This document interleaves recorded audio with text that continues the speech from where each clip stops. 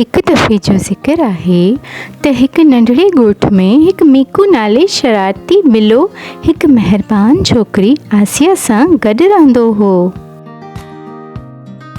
मीकू हर वक़्तु पंहिंजे बाग़ में खेॾंदो रहंदो हो।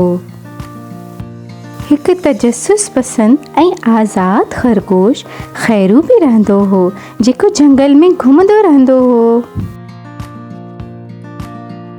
हिक रोशन सुबुह खैरू मीकू जे घर आयो ऐं चवण लॻो त हल त जंगल जी सैर कयूं। मूं ॿुधो आहे त उते लिकियल वाह आहे। सैर जो ॿुधी मीकू तमामु ख़ुशि थियो ऐं फ़ौरन राज़ी थी वियो। हीअं मीकू बग़ैर ॿुधाए पंहिंजी बाजी खे घुमण लाइ खैरू सां गॾु हली आयो। जीअं ई ॿई दोस्त जंगल जी गहराइयुनि में आया त सावा वण, आबशार ऐं हवा खे ॾिसी मौज करण लॻा। उते परिंदा, कीड़ा माकोड़ा ऐं ॿिया बि ख़ूबसूरत नज़ारा ॾिसण आया ऐं ॿई दोस्त उन में खेॾण लॻा। खेॾण में मीकू खे ख़बर ई कोन पई त उन जी बाजी आसिया उन जे लाइ परेशान हूंदी। क़रीब ई पाणी जी आवाज़ ॿुधंदे ई खैरू चयो त यकीनन इहो आबशार जो आवाज़ आहे। ओ नो, मां पंहिंजी बाजी खे ॿुधाए ई न आयो आहियां। ख़बर नाहे हू केतिरी परेशान हूंदी।